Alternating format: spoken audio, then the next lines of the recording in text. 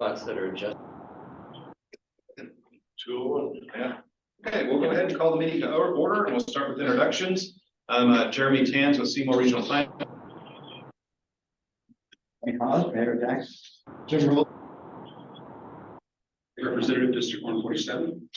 Drew Christian, Seymour RPC. Joe Killigan, MoDOT. Marla Mills. Charlotte Herbst, Cape Cod County Associate. Jenny Smith, Cape County Transit Authority. Rodney Bullinger, City of Jackson. Alex Mackler, SEMPO staff, and online. Crocker. Chris, did you join by phone as well? Doesn't look like it. No. Tom Caldwell. Ah, that's Tom there. Tom Caldwell and Christopher Boro. Welcome, Chris.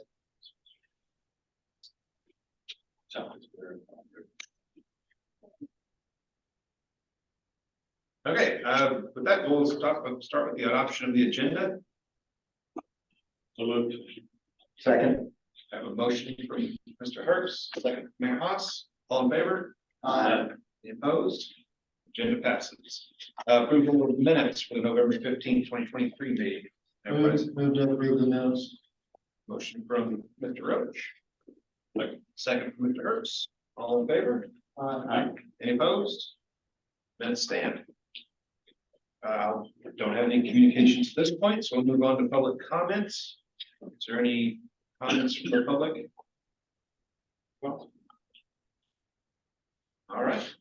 Hearing none, we'll move on to new and unfinished business, starting with resolution 2023-14. Resolution to authorizing the executive director to negotiate and execute a contract for professional services of a SEMPO region trail connection study. So we are on the precipice now of getting our second major planning initiative started. So it's pretty exciting. As folks will remember, we assigned a committee to help us kind of get our heads around what the scope of the project would be, what we foresaw the deliverables being. We impaneled a group with Jackson and Cape representatives, and they had opted to do a formal RFP process. So collectively, we drafted an RFP, put it out in November. Proposals were due back December 1st. Our subcommittee then scored each of the proposals received, of which we had 3 proposals. And we were pleased because they were from 3 very qualified firms. But the subcommittee unanimously recommended Planning Design Studios for the project. So this resolution before you would empower me to then begin negotiations with PDS and execute a contract.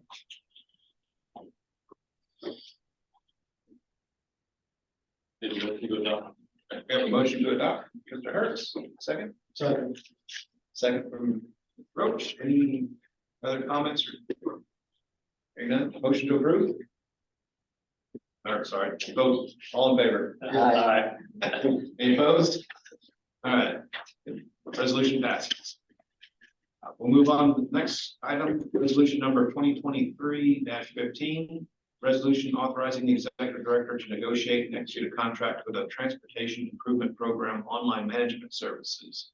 Yes, so for this project, we impaneled our tip experts, which is, of course, Drew Christian, Joe Killian. We had opted to do an RFP for this one as well, just given the procurement thresholds. We wanted to be safe. We did receive 2 proposals, and our subcommittee scored them.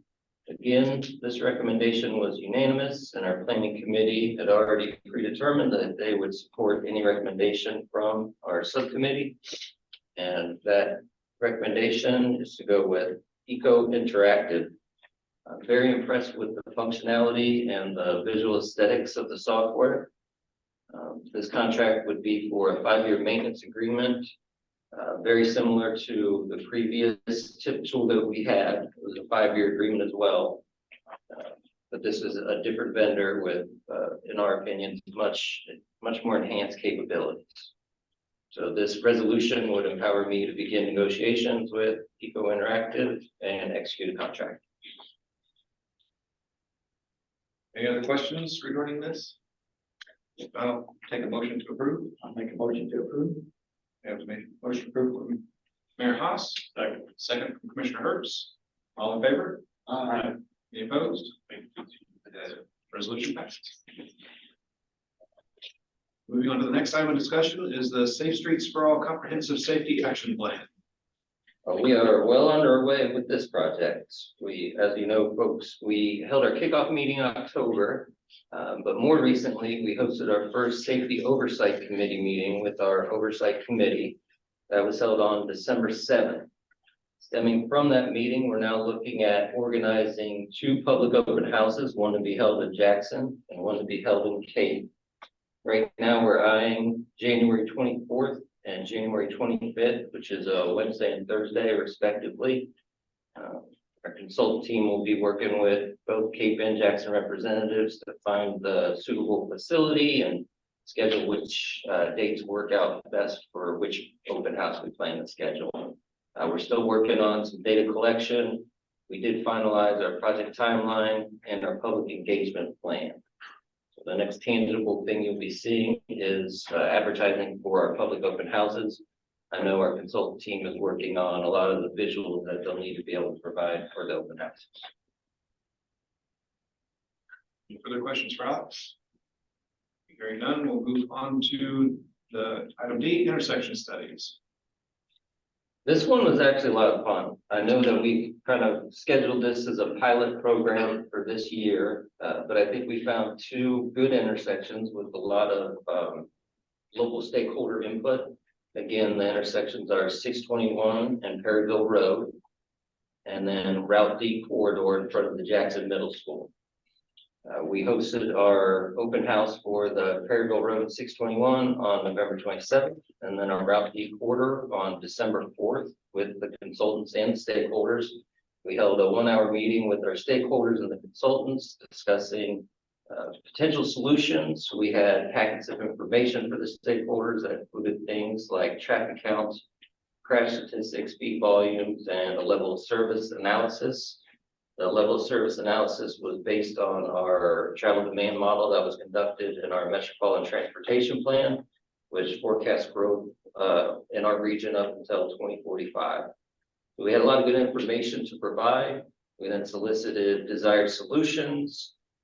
And right now our consultants are back in their offices working on all the information that they were able to glean from site visit and meeting with stakeholders. There'll probably be some iteration back and forth with us and the consultants leading up to a draft report and then the final report. But as of right now, we can expect a final report for both intersections around April, May timeline. We may be expediting the Route D corridor just based on the solution and what folks would like to do with it. But that's our timeline currently. I'll add to that. I was very impressed with the consultants. I mean, consultants are consultants, and you hope you pick the right ones. And we kind of had a working session, our first meeting, and went around the room, and we all kind of debated and amongst their team threw out some different ideas of maybe different ways they want to go. And I guess that's the way you all being engineers, you don't want everybody with the same answer in the room, you want different answers, so you can kind of pull that all together and figure it out. And so after we did that, we went and spent almost an hour standing out there at the golf course at that intersection. And it was great because all the real life anecdotal things that people do in that intersection happened. And you know, we were a little bit of distraction too, standing there with our vests, and of course people across the intersection and kind of looking from that. But again, that like the one engineer said, you know, I'm kind of glad we're out here as a distraction because we're seeing how people react if there's something there that's not supposed to be here. So it was worked out real well, and for them to actually look and see where the power lines were and the easements, and we think the golf course is like right on top of that intersection. It's really not, because the utility board is pretty big there. And then, so it's good. I appreciate the group. I know I brought that to the group, so I appreciate the support. I think it's gonna be a good pilot program for us. Yeah, I agree. And our consultants were CVB, transportation engineers and planners. And it's actually the first time we've used them during my tenure. So it was refreshing that they were very responsive and good to work with. Any further discussion? All right, thanks, Alex. We'll move on to the GSO discussion. This one's still ongoing. We have a Excel list that we provided to the Regional Planning Commission, and they've dedicated a staff person to help us develop those maps. We have a tranche of around 7 to 9 maps. I think they generate 7, and I think I added 2 older ones. So we have a decent amount of maps currently on the SEMPO website. We're continuing to develop them, but the open call remains. If folks find ideas for maps they'd like to see, send them to me and I'll add them to our list. I'm just gonna have a little conversation at the start, but as some of these planning projects start moving forward, we may use some of that information to put out for the public engagement and stuff as well. Any other questions there? We'll move on to the origin and destination analytical tool. This one, just as a reminder, I did warn folks on the outset, this one would probably be the last project I tackle for the year. Currently, I'm working with the Cape Chamber and SEMO Ready, just to see if there's any synergies there and potentially going in together on investing on a tool. But we'll learn more the more I'm able to meet with them and evaluate what their needs are based on what our needs are. So more to come with that one. With that, we'll move into our member reports. We'll start with the city of Jackson. I guess we approved our budget Monday night for 2024, and as far as transportation, we had planning cost in for the Deerwood and Sunset Hills to complete those projects. We can do those in the future. And our regular maintenance programs held it same as this year, so it was same amount on asphalt and concrete. And we also put the funding in for the Highway 61, our part of that project, mainly around utilities and so forth. One thing we did put into the plan that I guess I'd ask MoDOT to look at and expedite as fast as they can is that we have funds in using ARPA funds to put streetlights on East Jackson Boulevard from Walmart to the interstate. So that'll be a big project for us, and I know that has to move into MoDOT for approval for us to move forward with a bid on that. So as we have to move that as fast as we can get that approved, we'd like to get a bid, and also because it's ARPA funds, we'd like to get them spent this year as well, since they're budgeted. That's all. Thank you. Anything else, Jim? No, You might, just for a second, do you guys still have plans for that? I think at one point you had some plans maybe on the shelf already for those. We revised them. Okay, so you already have ready plans. So, Civil engineer. okay. It should be coming to you if you don't have it. Okay. And probably already have them. I thought I remembered that we'd already had a set of plans, or that a set of plans have been done, and that will certainly expedite them. Okay. We'll have conversations internally, but I'm sure we'll have an answer back. Okay. Good. All right. We'll move on to Pitt County. Got the report today. We overlaid 18.7 miles of existing asphalt this year. Some of those roads were the ones we first started paving in 2007. You got to go back about an inch on them to kind of keep them there and don't lose them. And then we actually paved 2.3 miles of new asphalt this year, which, we all know about the price asphalt and what's going on. So applaud our guys for being able to get that much of brand new road done. We've got about 3 miles of road that are ready next year. I won't name the roads, and he didn't give to me either. Don't want to say that because that all depends right on the price asphalt to maximize that. But our highway department, we have two retired MoDOT engineers that run the department, and they've kind of got a grading system and try to take an account of everything when what new road gets paved first. I mean, you have to have the easements and everything from that, but still, let's go maximize it out.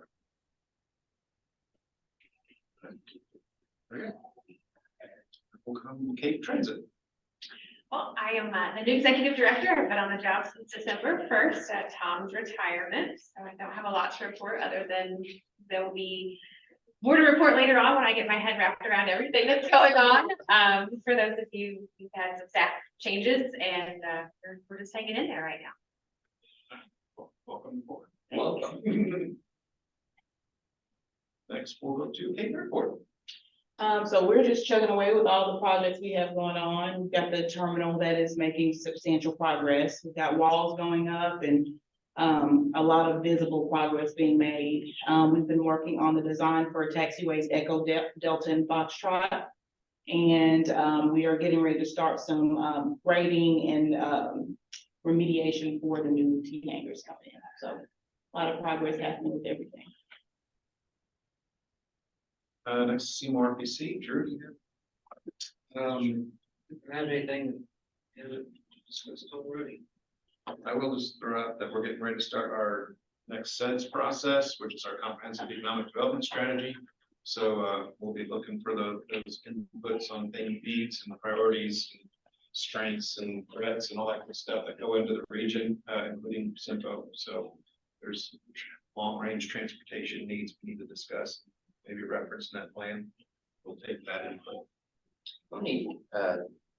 How frequently do you do those? SEDS are on a 5-year cycle. Our last one was 2019 because EDA Denver has restructured all the states in their region and they're trying to get each state to have the same due date. So we got an extra year. Some are getting, 2 years cut off of theirs, but they're all due next September. No. We'll go on and since Tom's on the phone, I'll let Hideout go first. No report. Okay. That was easy. We'll move on to MoDOT then. You got the resolution passed, so that was the important part of the day for me. So. I can start. It is STIP season, which means we are updating estimates for projects. Just got off of a call where they're talking about what inflation factor we normally use. Typically in years past, it was always 3% annual inflation for the out years in the STIP. This last year we used 7%. We're probably going to have a mix this year. Around the state, we've noticed some of the projects are coming in much lower than what they did, or more in line with like the 3% estimates, inflation estimates. But around here, some of those have not. And so we can't just do a blanket. We just need to go ahead and just drop it back down to whatever, 3% or whatever. We haven't got final guidance on that yet. Urban boundaries, I've met with Ryan and City of Jackson and submitted urban boundaries, also the other 10 urban areas in our district, and submitted those. And I was unaware at the time, but apparently they're going through and checking each one of those additions that we were going to add. And if they didn't consider them to be urban enough in nature for each area, they approved all or part or none. And so, like City of Cape had 45 changes. I'll be meeting with City of Cape over the ones that they didn't approve. Same with City of Jackson. So there'll be some areas that they said they didn't consider to be urban in nature at this point. So I'll be meeting with them. And what's that designation in relation to? So the urban boundaries will comprise the area that if City of Cape comes to me and says we want to add a road or functionally classify a road to make it a federal aid road, if it is within the urbanized area, completely within the urbanized area, then I don't have to go to the county commissioners and ask to go ahead and do this. I basically say it's within the urbanized area, we could just make that change. Some of these will now fall partially within, without some of the roads that they would like to see some changes made to. And so I'll just have to go and follow up with the county commission as well to make sure that they are also on board. It's usually a rubber stamp type of deal because the county is also aware of future development and things like that, where they would say that's a good idea. The federal aid designation is basically if a road is functionally classified as a major collector or above within the urban boundary, then it is considered a federal aid road, and you could use federal dollars on it, like such with the bipartisan infrastructure law that had several different programs within it that comprise the overall bill. And so a lot of times the minimum threshold for being eligible is federal aid status. So that we update the urban boundaries every 10 years after the decennial census. The functional class we can do at any given time. But we typically try to go through, and this is about right, it's usually about 2 or 3 years after the decennial census that we're able to go through and do those. So that's what I've been working on. I think Chris is still on, so we'll see what Chris has to say. Yes, hi, I was able to get my microphone working. I'm Chris Borrow from the Southeast Missourian, just popping on to learn more about the SEMPO procedures.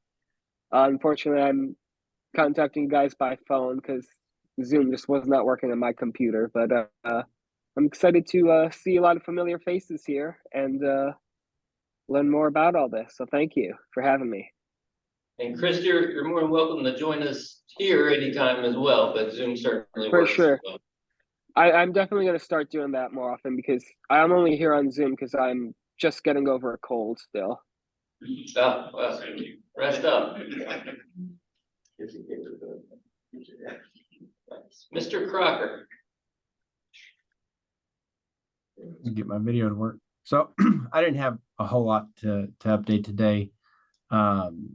We obviously have very few projects going on in the SEMPO area, but the most notable and probably the only one going on is the Route 61 project at Hubble Creek Bridge near the city park. But basically, the contractor is working with our utility partners on getting a lot of the utilities relocated throughout the project, and really not much actual construction can take place until that's done. So I know last time I spoke with our construction staff, they were working pretty heavily on getting the power lines relocated, which kind of was the critical path in getting the rest of the utilities relocated throughout that project. So not much of an update, and hopefully we can get through that hurdle pretty soon so they can start construction on it. We did host a public meeting for the Route 61 corridor itself from Fruitland to the 25 and 61 interchange, and then that also included a intersection study at Donna Drive and Shawnee. It's also Donna Drive is the only aspect of that corridor study and intersection study that actually is included in the STIP. So we were working on several variations and different concepts in the study, but we kind of paid a lot more attention to the concerns and questions and comments we got for Donna Drive itself. So we've actually, myself and the project manager have been meeting with the property owners at that intersection, kind of going over what potentially could happen. I think the general consensus was that everyone seemed to like the option. I think it's like the third option of closing down Kimball Lane there and making that more of a cul-de-sac and funneling everything to Donna Drive itself. Other than that, just be on the lookout. We're supposed to have a tentative schedule for TAP and BRO calls this year. The idea is that hopefully that can give you guys a little bit more time to focus on what you're going to be putting in as far as an application goes for BRO and TAP. I would just kind of say this now. I mean, it's coming. So if you have anything that you're working on, go ahead and start using last year's application as a guide to be able to put together something so that you have a really competitive application, because coming year is going to be only 1 year worth of funding. So I suspect that it'll be a little bit more competitive.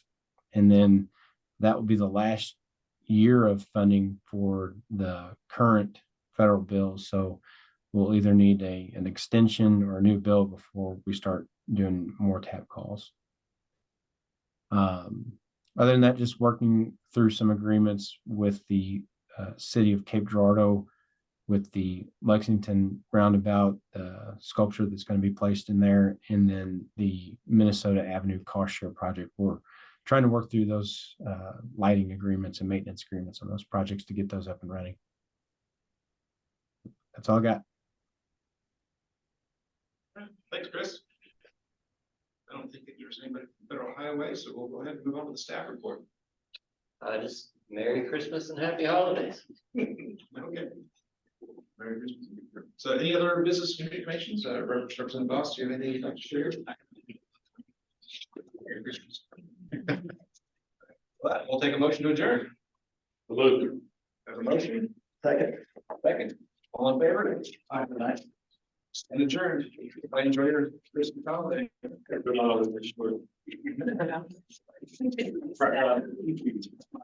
long, Merry Christmas. Merry Christmas. Talk to you next year. I'm good.